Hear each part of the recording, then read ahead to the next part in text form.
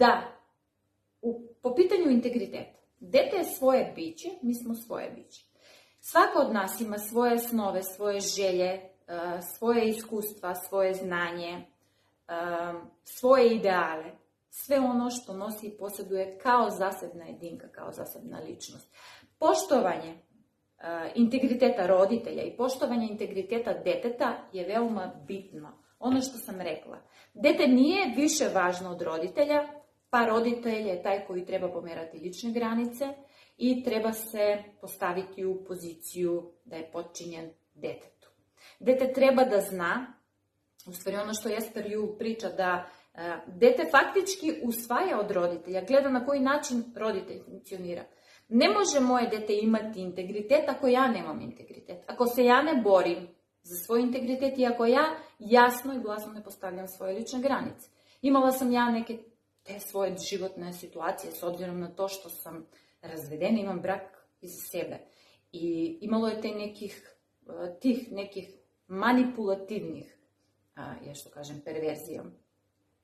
Glupoća, ne znam kako da oslovim. To je za mene glupoća jer dete zaslužuje da pravilno ispercipira i napravi uvid kod roditelja, gde ja kao osoba, kao roditelj sam morala da povučem tu crvenu crtu, jer sam morala da stavim i zaštitim svoje lične granice.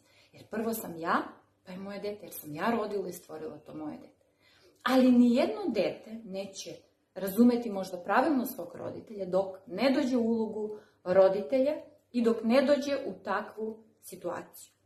Ja stalno znam danas kad pričam sa svojim prijateljicama i drugaricama da kažem da ja nekako te neke, životne škole koje meni moja mama pričala nekad davno, gledala sam kao neku budalaštinu, banalštinu, a tek danas u svojim 40. godinama ja shvatam da je to veoma velika životna škola.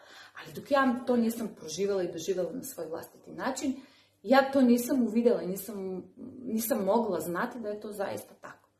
Tako da taj integritet mi smo kao roditelji dužni da sačuvamo i da čvrsto branimo svoje stavove, svoje lične granice, jer to puno nama priča o nama. Jer kad to dete sutra odraste, kad dođe u poziciji ili godine u koje vi imate, to dete će reći, aha, čekaj, pa moja mama, evo konkretno pričam o sebi, pa moja mama je reagirala tako, a što bi ja reagirala na drugačiji način? Da li me razumete? Dete percipira onako kako vidi da taj roditelj radi